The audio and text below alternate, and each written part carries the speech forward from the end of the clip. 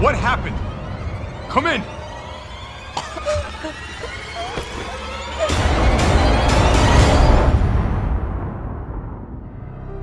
So after watching the new Resident Evil 3 Remake trailer, I couldn't be happier from what they've shown off, with the many cameos of the prominent characters in this game, to the overall setting being in full display, and of course we can't forget to mention the gameplay aspect and encounters with Nemesis.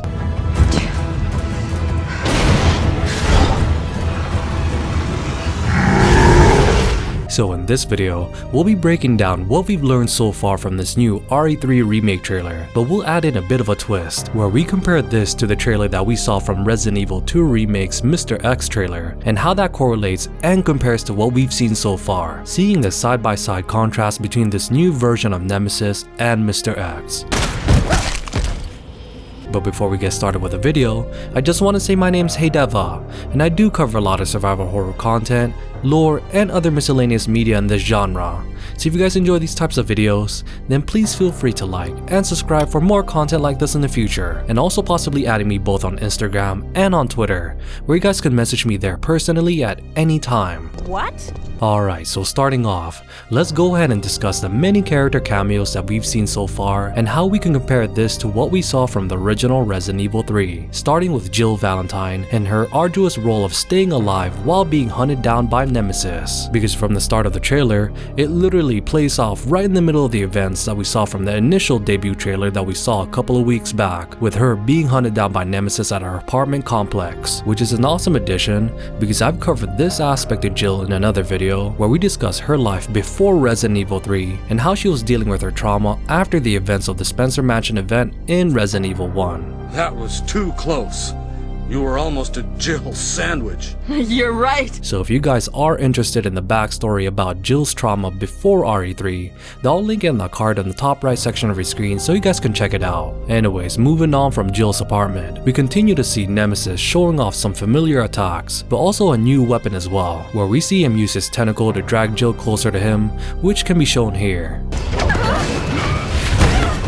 Also, him being able to leap from one place to another is another callback from his debut in the original Resident Evil 3. But the biggest differences that we see here is his use of a flamethrower and how that could affect our battles with him in the future.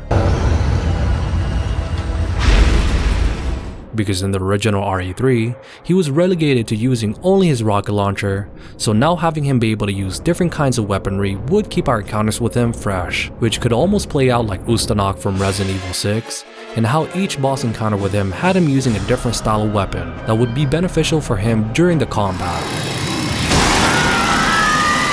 Anyways, going back to the different character cameos and seeing small glimpses to their personality, here we see Mikhail injured inside one of the trains, explaining how they were cut off from all outside communications. The city is completely cut off, isolated. We need help.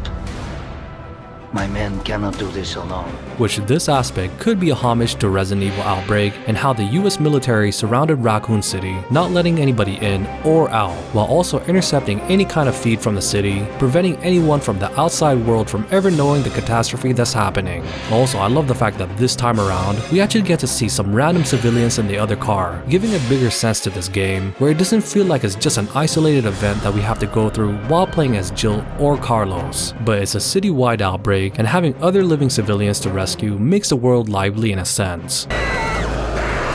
Also, maybe that could be something they could implement on how we rank in our game, where the more people we could possibly save, the higher the ranking we get, but that's just my 2 cents, which these individuals could be just used as fodder during the game. Anyways, moving on to the next character, which I already mentioned, which is with Carlos and his role in this game, and how that would be expanded upon, because we can already see that his meetup with Jill is completely different compared to the original RE3, where we saw him either in the diner or in the Raccoon City press. Relax. You're fine. If you say so, but my head feels like it's about to explode. Anyway, name's Carlos. Glad to meet you, lady. Also, his personality is much more different this time around, with his serious tone really emphasized, and his attention and care for Jill is also great to see as well. Jill, what happened? And then we see the other members of the UBCS making their way to the RPD station, which will be a completely different storyline. Anyways, in the end, the true highlight to this trailer was with Nemesis and how he was showcased confronting Jill, with also the rumor going around that Nemesis will have several different stages, with him starting off with his face completely covered, which was shown in the trailer, and the way his face is exposed is by damaging him there. Almost a similar aesthetic change like we did with Mr. X, and how we were able to shoot off his hat. But the same concept will be throughout the game, where we can shoot portions of Nemesis' limiter and revealing more and more of his mutated body. Also, this time around, the AI for Nemesis is said to be much more sophisticated compared to what we saw from Mr. X, because it's rumored that he'll play a similar role in regards to hearing our footsteps while we traverse through the game, allowing him to pinpoint our location. But this concept was already shown in RE2 Remake, but in RE3 Remake, they will put an extra layer on top of that, because rumor has it that Nemesis will have those loud footsteps for us to hear. But his version of doing this is by confusing us on his location, making us think that he's in a farther place, but he was actually setting up a trap, where those footsteps that he produces was a way to divert our attention, but would attack us around corners or through walls with his different weaponry. But this is just a rumor and should be taken with a grain of salt. But if this happens to be true, then this version of Nemesis will keep the game fresh with its different iterations. Anyway, so moving on, remember earlier in the video that I mentioned that we'll do a quick twist on how we can compare this new RE3 Remake Nemesis trailer to what we saw from the RE2 Mr. X trailer, where both Tyrants were highlighted and giving us a fresh new take on what we'll expect from both of these BOWs. Because remember that Mr. X was showcased as this daunting behemoth who stalked you throughout the RPD station, really emphasizing those loud and thudding footsteps, where he also showed off his new moves and finishing attack.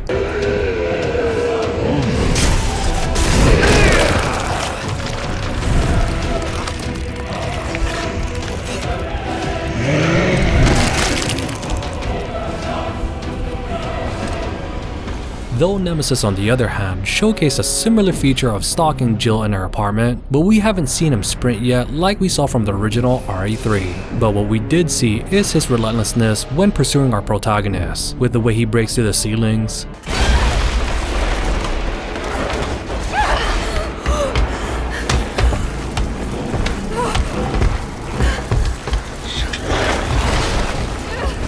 his many different encounters throughout Raccoon City. It's me he's after. I'll buy you some time. Hey, wait! Wait, Jill!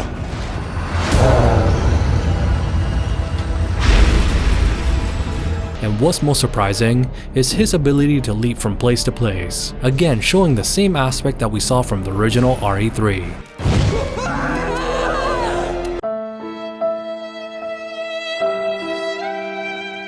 Also, like I mentioned earlier in the video, that he uses different kinds of weaponry and combines this arsenal with his use of his tentacles. It just truly shows that the devs took the time to build from what they had from Mr. X and ramped it up to a whole new level. Also, what I found outstanding is the fact that he's able to withstand being hit by a car head on and appears to fall from a high distance, but even then, he was still seen moving, which makes me speculate if they'll do the exact same concept like we saw from Mr. X, and how he'll just kneel down for a bit after receiving enough damage. Or will we see Nemesis become unconscious for a short while where we're able to pick up some weapon parts from him? Because all in all, both Mr. X and the Nemesis trailer really gave us a great first look as to what we'll expect from both of these monsters. And if we've learned anything from RE2 Remake and how Mr. X was handled in that game, then we know for sure that Nemesis in this new version of RE3 will definitely be on a completely different level from what we've seen in the past. Anyways, what do you guys think about this new Resident Evil 3 Remake trailer? And what do you guys expect from this game overall? Also on a quick note, I did notice a hunter going up against Carlos, but I'll be covering that particular BOW and the other possible monsters in a separate video, where we'll discuss each of their backgrounds and what their purpose was to the Umbrella Corporation and what impact they had during the Raccoon City outbreak. So if you guys would be interested in that topic, then please let me know as well on the comment section down below. Anyways, thank you guys so much, and as always, you guys have a great rest of your day, and this is DeVuH, and I'll see you guys on the next video.